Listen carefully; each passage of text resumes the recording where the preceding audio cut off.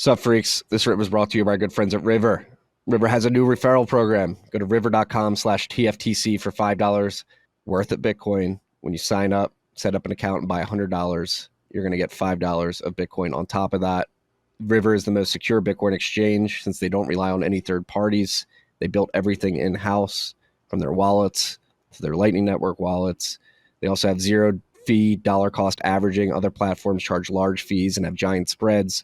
Go with River to avoid that. If you set up your DCA, again, you're not going to pay any fees on those buys.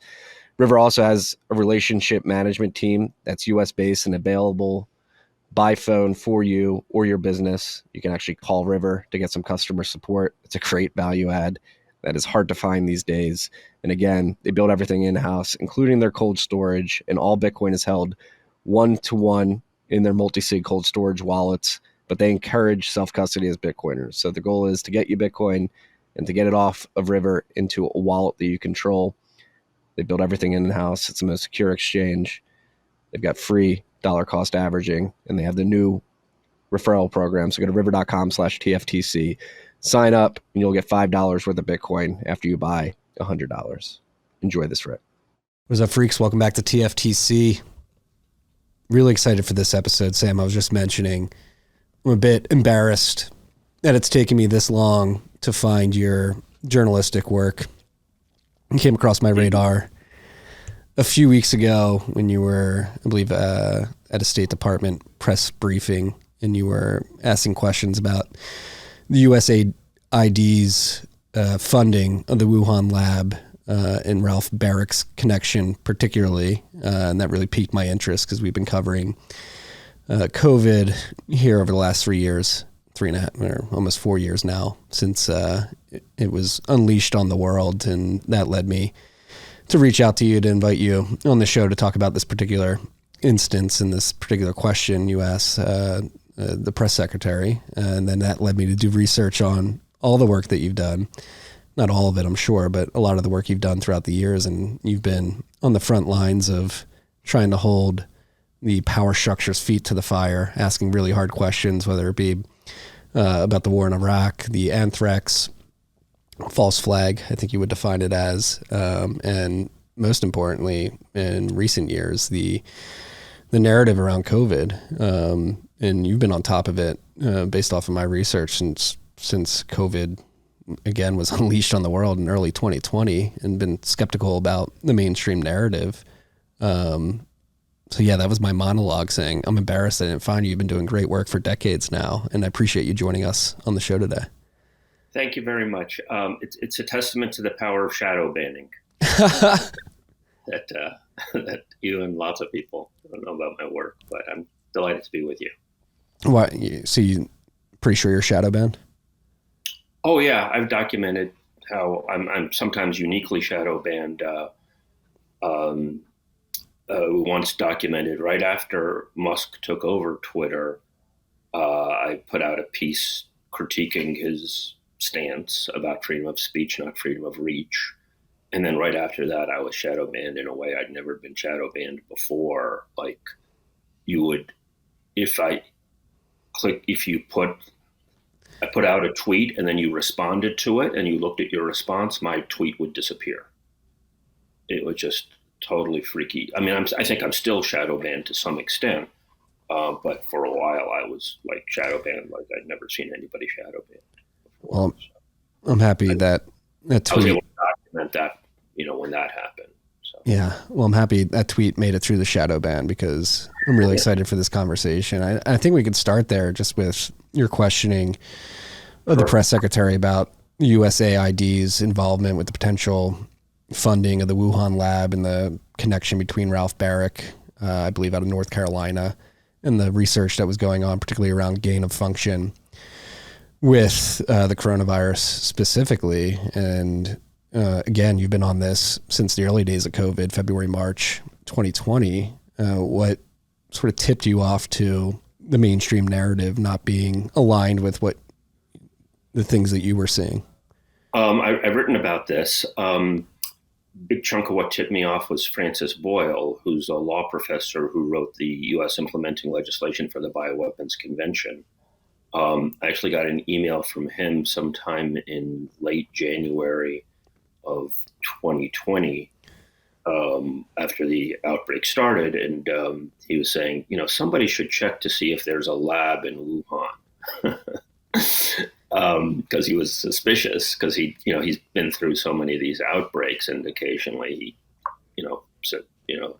determines or you know thinks that they would be connected to a lab. And then a couple of days later, there was a news story that said, "Oh, thank goodness there's a lab in Wuhan that can help assess the situation." Totally getting the structure of the issue backwards. And Francis shot me an email and said, "Bingo." He's had a small list that he sends stuff about biowarfare. People who have expressed an interest in. I've done some work on the anthrax attacks, as you mentioned, from 2001. For folks who aren't familiar, following 9/11, there were letters with anthrax in them sent to major media and members of Congress. The two members of Congress that they were sent to that we know of were Daschle and Leahy, who were the two members of Congress who seemed poised to challenge the implementation of the Patriot Act.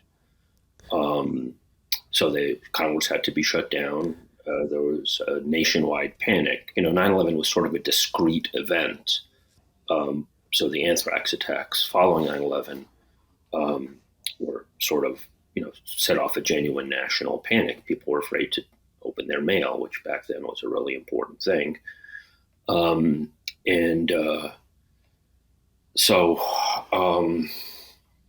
that's when they launched the Afghan war as well.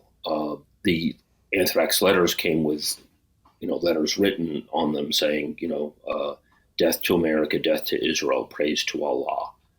So they were obviously intended to have people point fingers at Arabs and or Muslims, specifically Iraq and or Al-Qaeda, and that's how they got played in the major media. And you had anonymous sources telling ABC's Brian Ross that they traced the anthrax to a strain that was from Iraq, which ended up being, of course, complete disinformation. And Brian Ross has continued to protect the anonymous source who fed him that false information.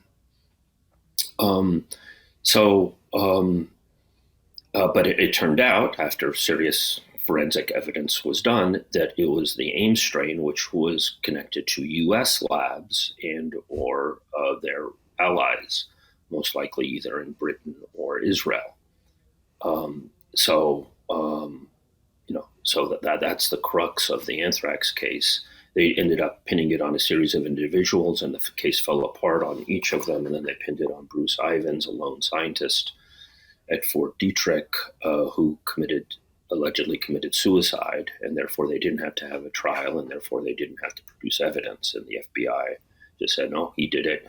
Too bad we can't have a trial. Leahy, one of the senators who was under attack, finally brought Mueller before the Senate in 2008. This is before Mueller became infamous for his Russiagate work. And Leahy told Mueller to his face, I don't buy this. I don't buy that one person did all of this. And there the matter stood. And Congress never investigated it. There was one lone congressman who kept saying, maybe we should, find out what happened. So Congress went under a false flag bioweapons attack at a critical time in U.S. history. It helped spawn the Patriot Act, civil liberties repression, and helped start the forever wars. Afghanistan was the first invasion, and then you, of course, had Iraq and then Libya and Syria and so on and so forth. And it never investigated it.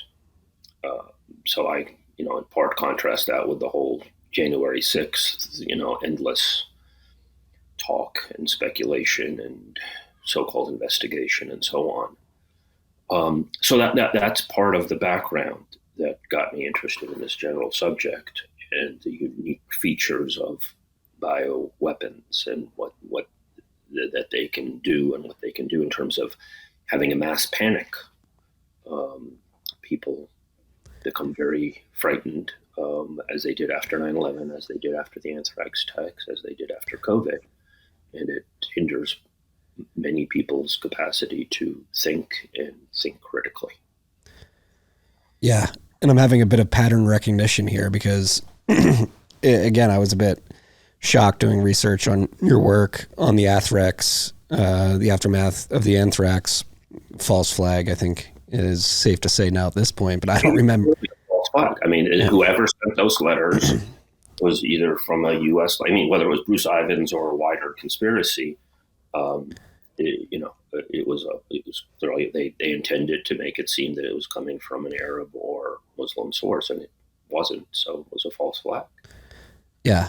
And this is where the pattern recognition comes in, because I'm 32. I was 10, 11 when that happened. And obviously 20 years have passed, 21 years. And I'm going to admit, like, I never knew that there was that deep of an investigation into anthrax. It was successfully swept under the rug, and something that I wasn't aware of until I was researching your journalism on that particular event. And it seems like bringing this forward to COVID and the potential that USAID, and I haven't heard you mention it, but I'm sure you're aware, like the NIH funding the Wuhan lab, it seems like something similar is being attempted in real time right now in regards to COVID, in terms of brushing everything under the rug, not answering any legitimate questions, and just trying to make people believe that this was actually something that was animal born and was a natural phenomena that took over the world.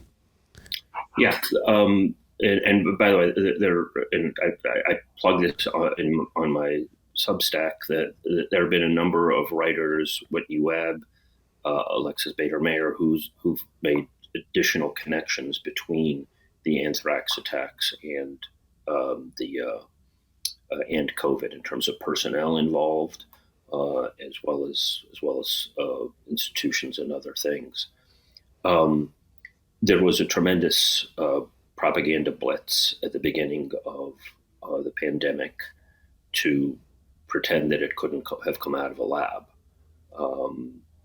This was done. There were sort of two pillars to this. Well, first I should say, before those pillars came out, I was at a news conference, which really sort of sent me down this path at the press club where I used to have an office.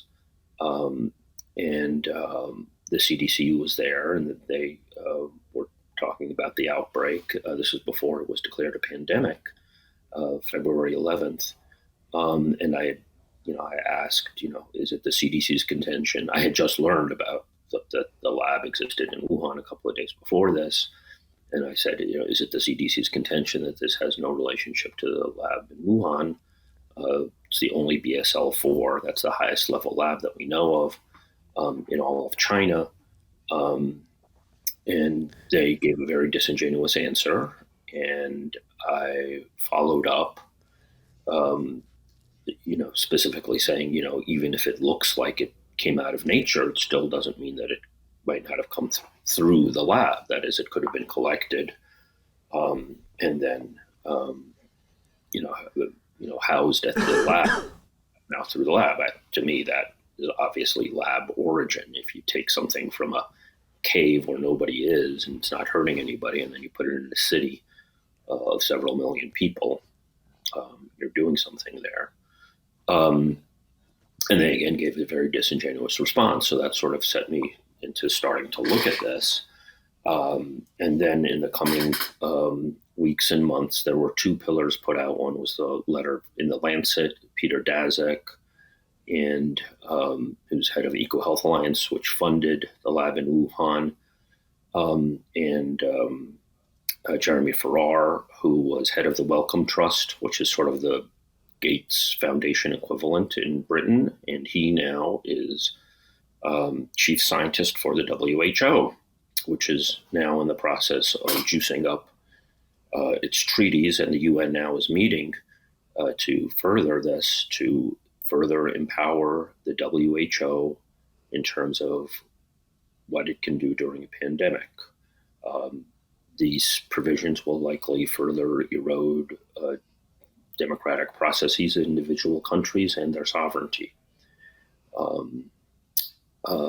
So that was one pillar from the Lancet. And the other pillar was from Nature Medicine. The Lancet letter said we condemn conspiracy theories that this came out of a lab, which is a lunatic statement to make, a lunatic statement at best. It's actually a very disingenuous, manipulative statement in order to hinder people from critical thought, from saying, hold on, could this have come out of a lab, to call it a conspiracy theory. And then shortly after that, the other major pillar that came out was a Nature Medicine article. That was signed by Robert Gary and Christian Anderson, two US-based scientists at Tulane and Scripps Research, respectively. Some of us speculated at the time that other people who didn't sign it were behind that. Limited FOIAs that have come out since from the group US Right to Know show clearly that Fauci, as well as Jeremy Farrar, had a substantial hand in molding that article, which, again, both of these had major echo chambers throughout the major media and online and so on. So they, and that article said that COVID could not be a laboratory construct, and it purported to be a scientific article. It wasn't. It disingenuously tried to dismiss the possibility of lab origin. I started finally getting some stuff published at that point. This is before I had my Substack. I got a piece in Salon, and I hooked up with the people at Independent Science News. And they've been publishing some of my stuff. And then one of the things that I did was document the money going from EcoHealth Alliance, going to EcoHealth Alliance from the NIH, as you said, but far more than the NIH, which got some publicity. They got far more money from the Pentagon, and even far more money from USAID. USAID, the NIH money was, I would think, around $3 million. USAID over the years had given them upwards of $60 million. And so I've periodically been able to get into the State Department briefings, and so I've been pursuing that. I've asked at the State Department 4 times now over the last year when I've been able to go back there again. And I've never gotten a straight answer from them, not even an acknowledgement that they did fund the lab in Wuhan, that some of their money made it there. They have not acknowledged that. To the best of my knowledge, other people have made that charge, including former government people who I don't necessarily take their statements at face value. For example, Redfield, the former head of the CDC, has said that the USAID funded the lab in Wuhan. But they won't confirm it. And I'm going to continue to try to get that information out of them in terms of how much funding, and to force them to disclose documentation, because it's critical. People have a lot of mythologies about biowarfare. They say that biowarfare is a poor man's weapon.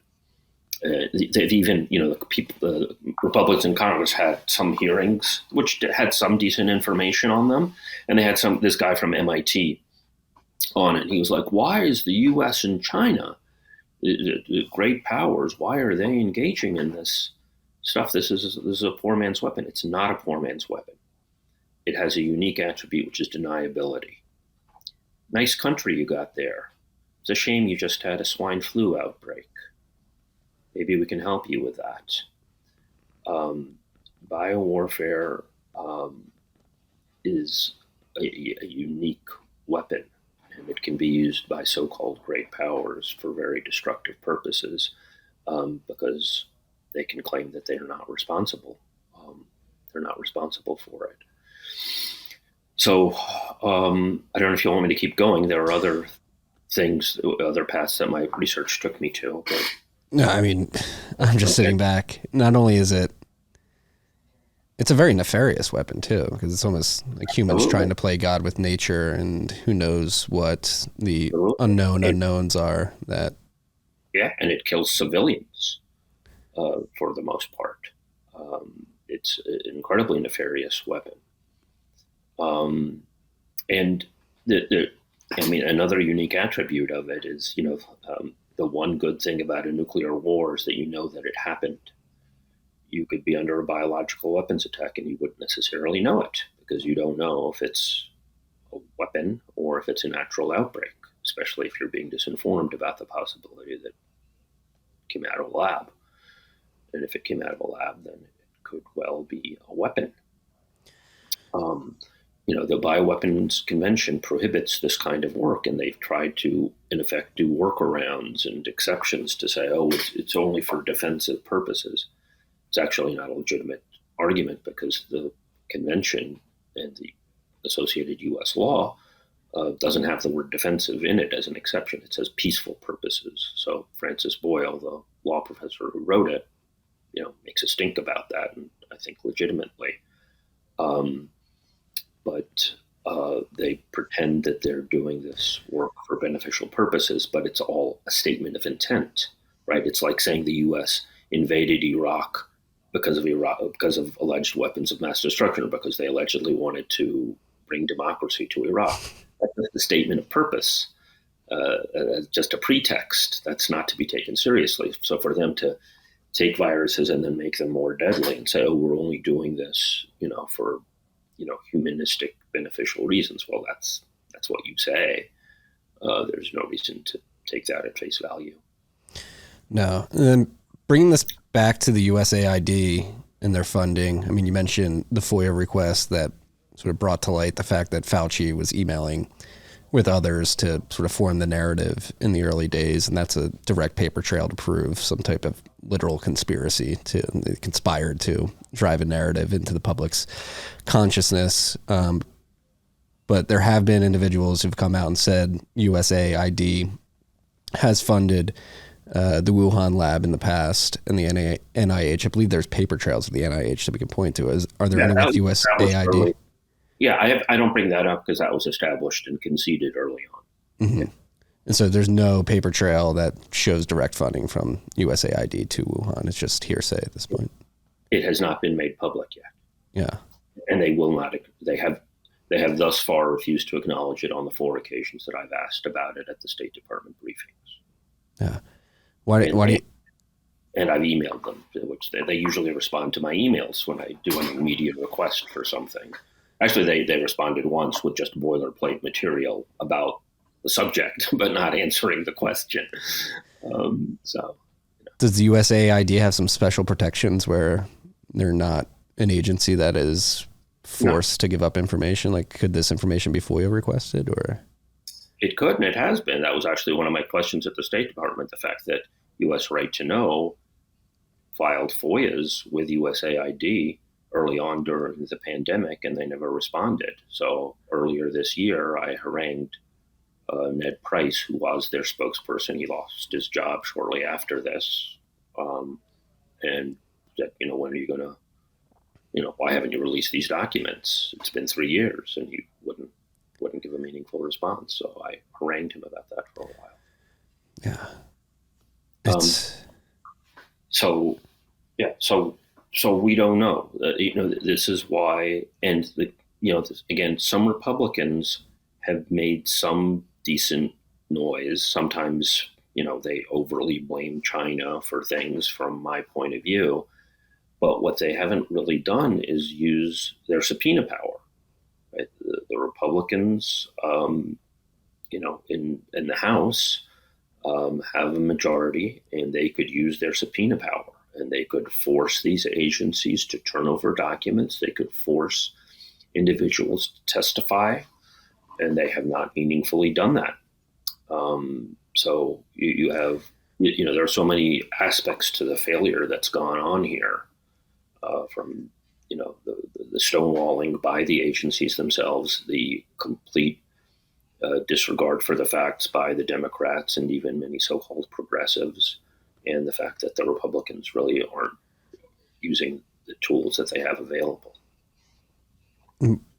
Why do you think they're keeping everything so close to the chest and trying to brush it under the rug? Because I think the U.S. is dominated by political factions who have two goals in mind. One is to target China to some extent, and the other is to ensure that you continue what is effectively biowarfare work. And there are personnel behind the scenes, some of whom I've been able to track. For example, Robert Kadlec had a role in the anthrax attacks. He was in the Bush administration at the time.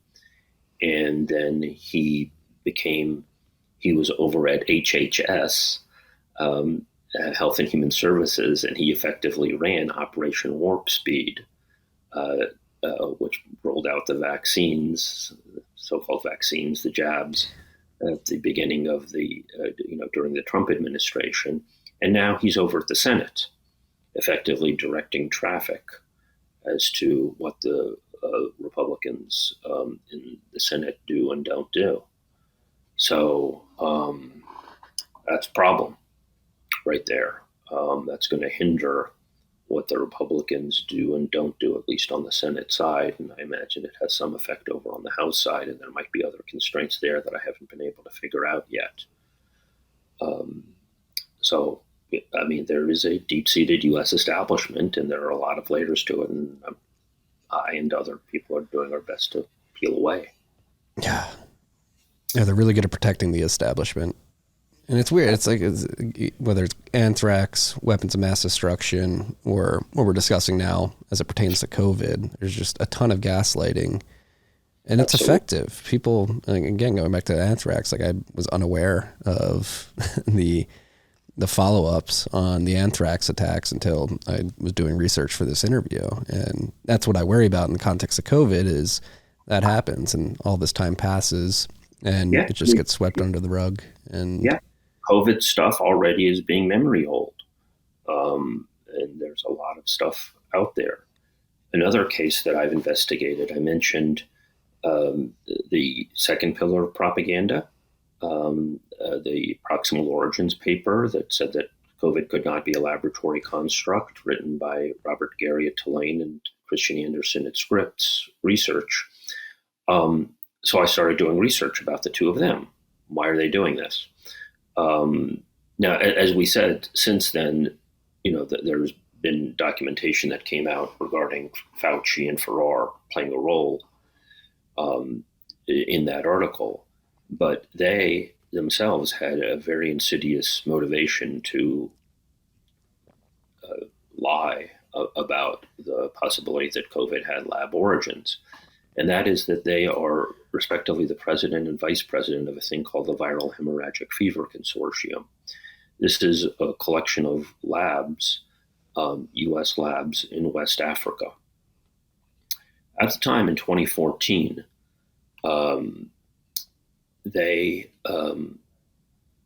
you had the 2014 Ebola outbreak, which killed 11,000 people, and it was probably the largest international crises of that year. Africans at the time said that that they were concerned that it came out of a lab, out of the U.S. labs there, that the Ebola did. And they were treated as nut job conspiracy theorists, simpleton Africans who don't know anything about anything. I did a very deep investigation about this with Jonathan Latham at Independent Science News. He's a virologist.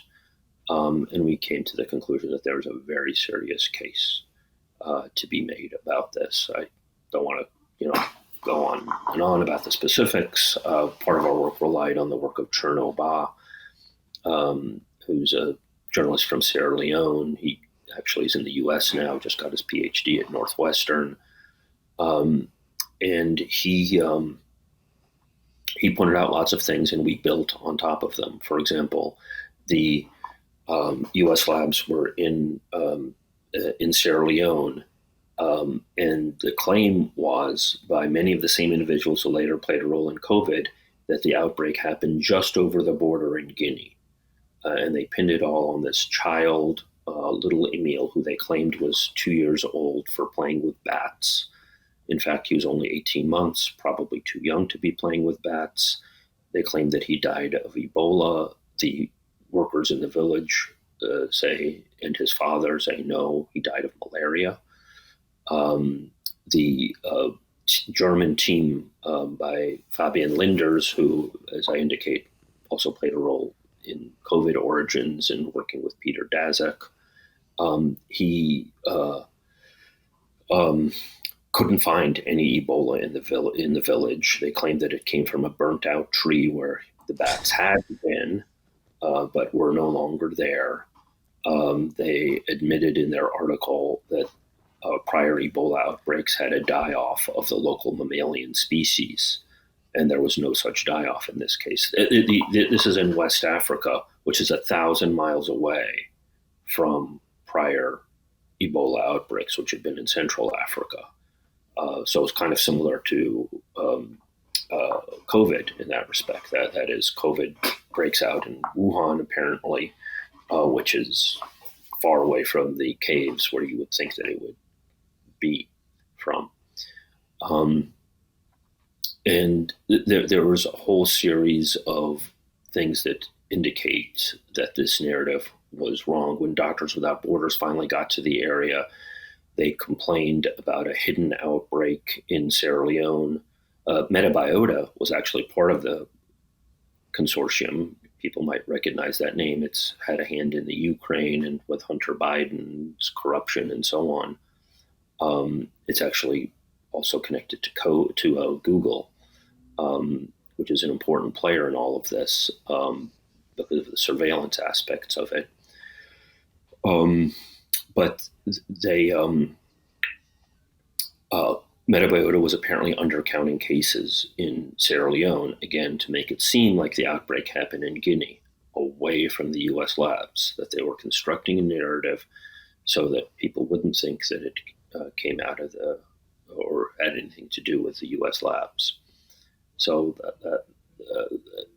another strand of the evidence here is that people might have heard that so-called gain-of-function lab work, that's the euphemism for making pathogens more deadly or more transmissible, gain-of-function lab work. It was paused by the Obama administration. Actually, it was paused on October 17th, 2014, which is the exact same day that Ron Klain became Ebola czar. Ron Klain is a major mover and shaker in the Democratic establishment, and Obama made him Ebola czar after the crisis, really started heating up, and that was the day that the pause was put into place, the pause for federal funding of gain-of-function lab work. And there are other indications, other cutoffs of funding that indicate that the Obama administration itself assessed that Ebola came out of a lab, that for that outbreak. And we lay that out in the article for Independent Science News. And Ron Klain, just so people might not realize who he is. I mean, he was chief of staff for Biden until earlier this year. Basically makes him prime minister. But he's not a household name because a lot of the people who are actually making decisions aren't put in front of the camera. Yeah, it's very obvious that Biden's not making the decisions. So he's one of the shadowy figures behind him pushing all this. And going back to like the gain of function research, like I remember that. And so like with Ebola and Ron Klain stepping in, do you think they realized like, oh crap, we can't be doing this here. This is pretty bad. So we're going to stop it. I don't know exactly what happened. I know that's my question, but it looks like they said, holy crap, this could have come out of a lab. We got to, distance ourselves from this for whatever reason. Maybe, if the truth ever does come out, they want to say, well, look, we cut off the funding. We paused the work, or because they realized the danger, whatever the reason is. But there's a whole series of things to indicate that they thought that it came out of a lab. Yeah, and this is where like Wuhan and COVID comes back in, correct? Because they shut down funding at places like Fort Detrick here in the U.S. and then allocated all that research abroad to places like Wuhan. At least that's what the theory is, correct? Well, Fort Detrick is, very well funded as far as I know. Um, but it seems that NIH, as well as USAID and other things, funded dangerous lab work in other places around the world using EcoHealth Alliance. It sounds like a nice, earthy, crunchy group, but it has advisors who used to work at Fort Detrick, which is the flagship U.S. bioweapons facility, for decades on end. So so they have clearly funneled this dangerous lab work around the world, and one of the places is Wuhan. There's been some attention, and I haven't really dug into this, but the whole thing around the labs in Ukraine is a serious issue, and the Russians have made a lot of very serious allegations, and they deserve to certainly be looked at about U.S. labs there. Yeah, and that was funny because that was a conspiracy theory until Victoria Nuland was pressed and forced to actually admit. I don't know if she was forced. She was asked by, what's his name? Rubio, about it. And, you don't know what's going on in these people's brains, but he seemed to think that, she would dismiss this, but that there were these, U.S. biolabs there, but she didn't dismiss it. She acknowledged it. So, at least that came out. At least that much of it was officially confirmed. But I suspect that there's a great deal more. But I haven't dug into the Ukraine thing. Yeah. I can't help but think that the federal government and all the alphabet soup agencies that exist below it, whether it's in the intelligence sector or bioweapons sector, it doesn't seem like they have Americans or the citizens of other countries' best interests at heart. Having been doing this for decades now, are you completely jaded by the political process and the federal apparatus that exists in this country and globally? It's sort of pretty interconnected at certain levels. Yeah, it is. I'm not jaded. I'm, regular people are,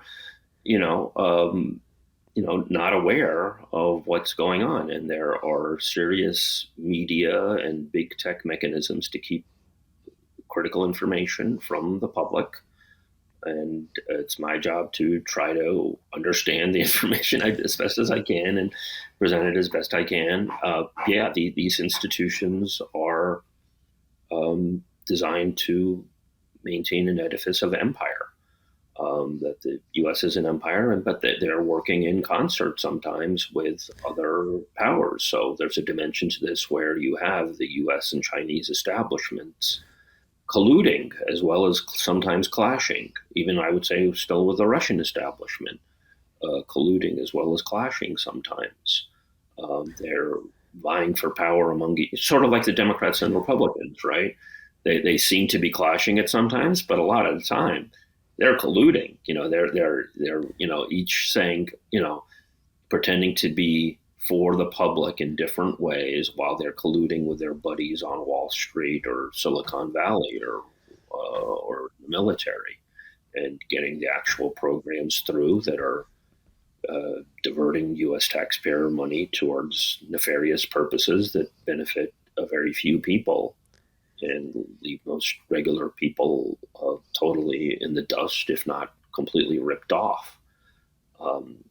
It's a familiar pattern, but the job of journalism and the job of citizens and others is to try to understand as best you can and try to expose it and, implement whatever things you can to hold these people accountable. I think we're in a unique window right now to hold these people accountable. I've been very frustrated by the fact that Jeremy Farrar, who then was head of the Wellcome Trust and played a pivotal role in disseminating the false information that COVID could not have come from a lab, is now chief scientist of the WHO. It's a position he took on just this year. It's ridiculous that he's the chief scientist of the WHO. It's particularly dangerous because the WHO is attempting to juice up its power. I'm very angry at somebody who a lot of people had hope in, Robert Kennedy, who put out a book on Fauci that had some good information on it. I read it when it came out. It had some stuff I didn't agree with, but a lot of stuff in it was good. And then he runs for president, and now he suddenly, when he gets on big media, doesn't talk about pandemic issues. He doesn't talk about lab origins. He doesn't talk about gain of function. He's not educating the public. At least when you have like a sheepdog, like Bernie Sanders, he was a dead end in a lot of ways, but at least he gave voice to a critical issue, income inequality. Kennedy's not even doing that. He's running around, he's talking about the border, he's talking about this issue, he's talking about that issue, and he's self-censoring. It is the best way, is the most polite way to put it.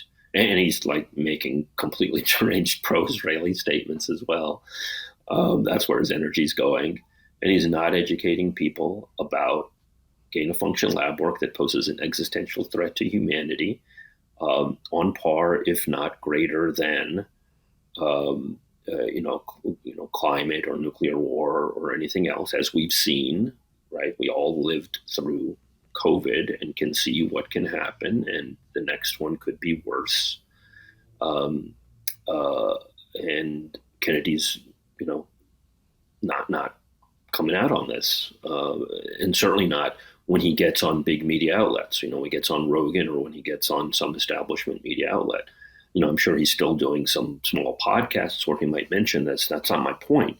He's got an opportunity to reach a mass public on this, and he has thus far, these many months into his campaign, failed to do so. There are some good moves, though, I should say.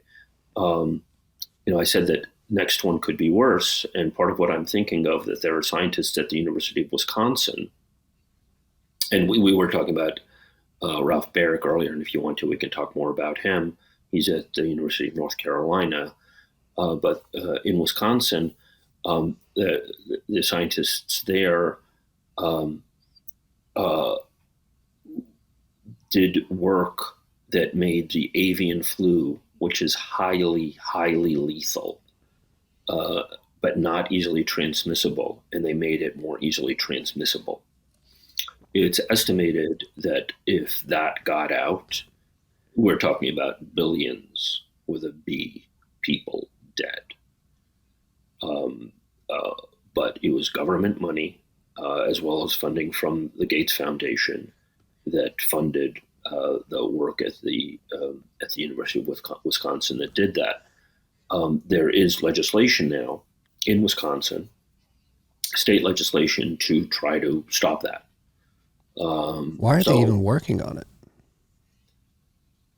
We're scientists and we're curious and we want to know, and we think that if we do this work, that it will help prevent the next pandemic.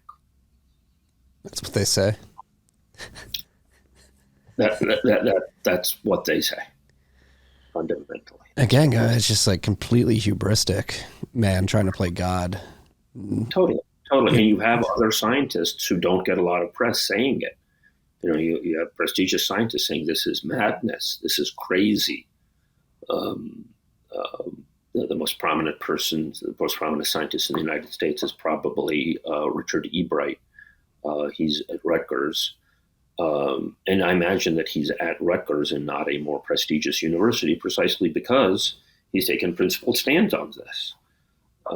He's a scientist, and he's been very outspoken in his warning of the dangers of this lab.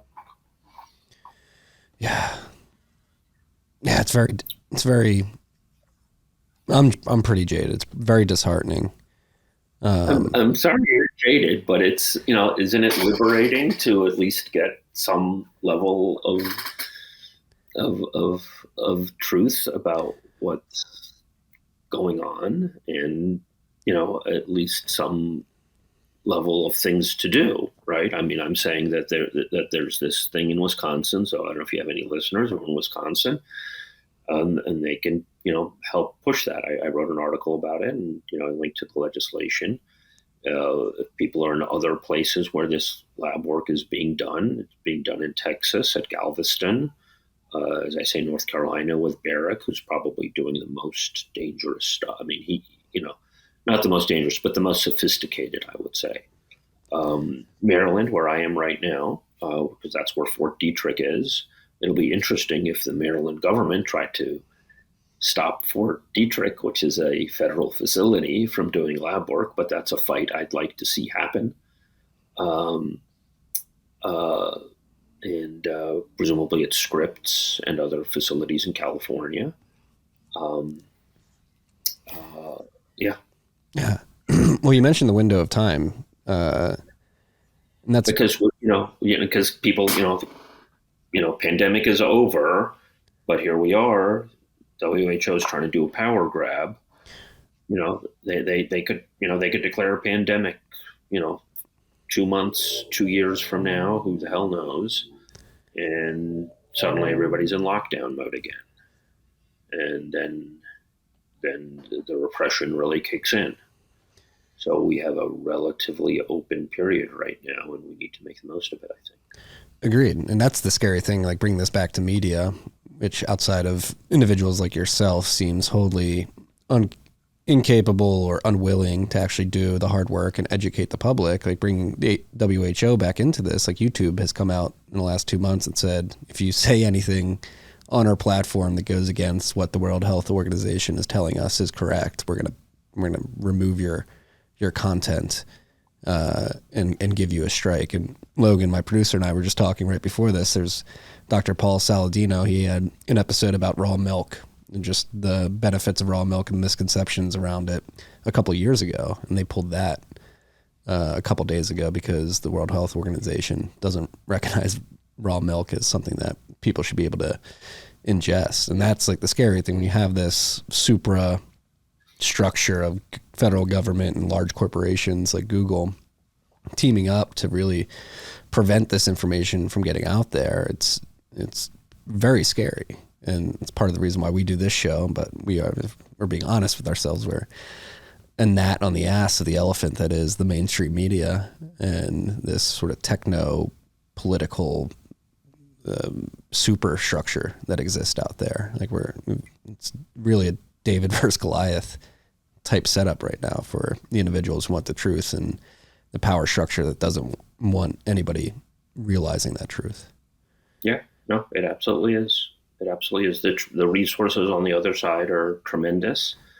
And, like we said, there are different factions of them. And part of the problem there is that they try to make you pick a side, funnel you into the, MSNB, Democrat MSNBC world or, Trump world or whatever. But they both, for the most part, lead to the fundamentally same place. So it's kind of a con that goes on there. So you have to sort of overcome that as well. Yeah.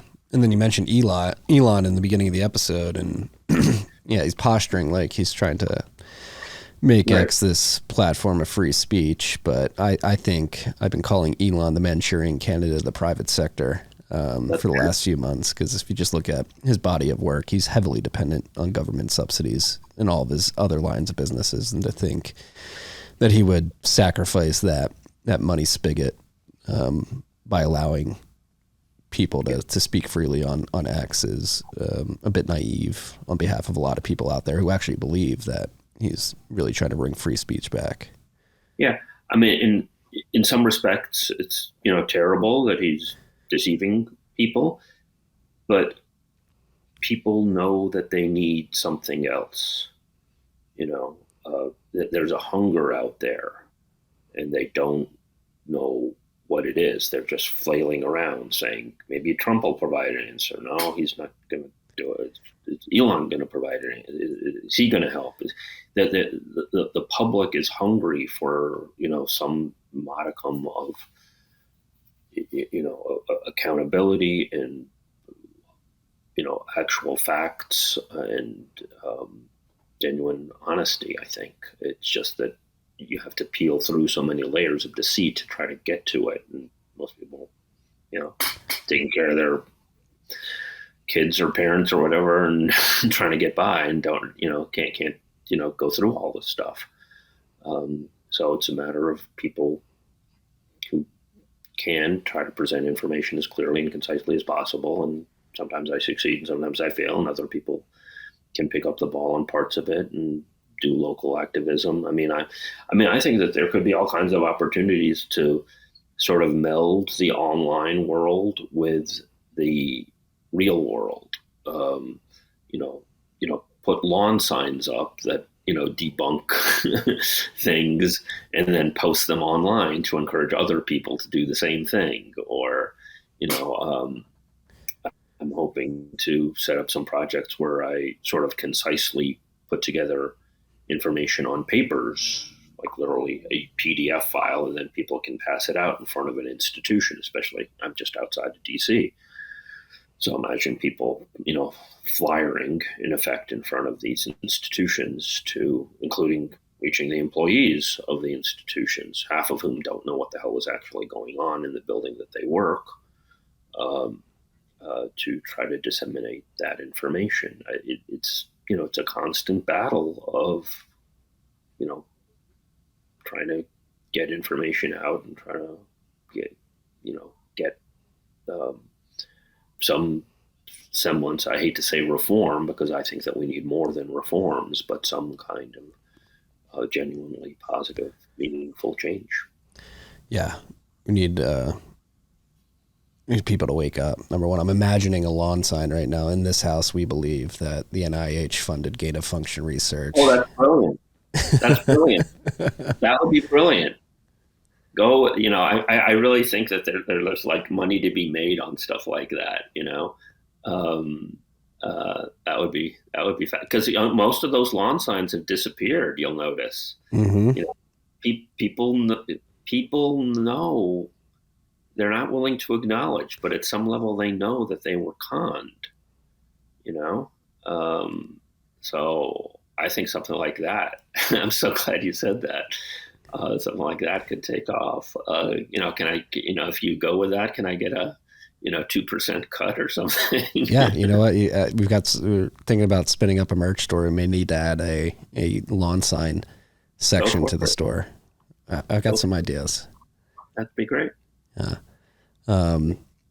No, I know we have to wrap up here soon. We only blocked off an hour, but hopefully this is the first of many conversations, because there's many more rabbit holes I'd like to dive down with you, Sam. And again, I just want to thank you for the work you're doing. Hopefully this message gets out there and your work spreads to others, and you can evade the shadow ban that Elon has put on you, because I think the work that you're doing, again, is extremely important, and we need more of this information out there. And most importantly, I think that's one of the most impressive things about the way in which you relay this information is you do it without fear, and you're very straight to the point, and you have your facts behind you, and it doesn't come off like some crazy conspiracy theory archetype that many people try to thrust on you. It's very logical and coherent and easy to follow, which I think does a lot of people trying to get truth out there disservice when they get very passionate about it and aggressive and screaming at people. I think doing it in a very sort of not monotone, but straightforward way, following logic and reason. I haven't had the conspiracy theory thing thrown at me that often that I can recall. And I think, I hope that it's because if anything, I'm overly conservative in terms of the information that I put out.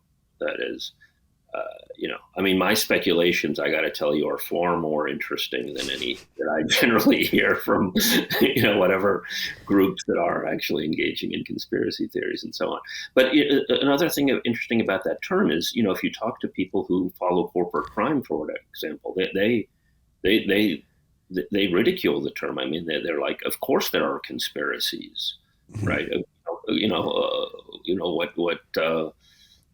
What Purdue Pharma did with opioids, that was, you follow the paper trail. That was a clear conspiracy. It was a corporate conspiracy. And as you alluded to, the emails between Fauci and Farrar and Gary and Anderson that constructed the pillar of propaganda, the Proximal Origins paper, that was effectively a conspiracy to defraud the public, to propagandize them into thinking that that COVID couldn't have come out of a lab. Imagine if that information got out in early 2020. Imagine if the global public understood that this thing, that they're making me stay at home and I can't even go and hug my mother, that this thing came out of a lab. Who are these sons of bitches, and how the hell do I beat the crap out of them? That would have been the question on most of the people in the planet's mind. And they deceived the public. And so I'm saying there's got to be some modicum of accountability now, finally, before the next one. Yeah. I saw your recent tweet, Free Palestine, jail Fauci. The rest is a footnote. That's, yeah. That partially came out of a frustration between the people around who are supporting Robert Kennedy and the people who are supporting Cornel West. That they each get sort of half the equation. And a lot of my work has been in trying to get different parts of the anti-establishment. I would say, I used to, from Kucinich to Ron Paul, they agree on so many things, to get the different parts of the establishment working together. And what we're seeing now with the Kennedy and Cornel West campaigns is the further fragmentation of people in the anti-establishment. I think that's exactly what we don't need. And I'm disappointed in both of those camps right now. So I hope that they will change as quickly as possible. Yeah. And that's not to pump our own bags here, but this podcast is mainly a Bitcoin podcast. And that's one of the reasons why we talk a lot about Bitcoin, try to educate about Bitcoin, because we think it's one of these tools that could, both sides of that fragmentation could agree is good. It takes money out of the power of the state and the banking sector, gives it back to individuals. And that's part of the main thing we do here, but we've expanded. TFTC stands for Truth for the Commoner. And so expanding it beyond, the monetary aspect of Bitcoin and into other areas like the ones that you cover. I think it's important. I will try to tune in and learn some more. I know very little about that. Thank you so much. Thank you, Sam. Have a great night. You too. Peace and love, freaks. Okay.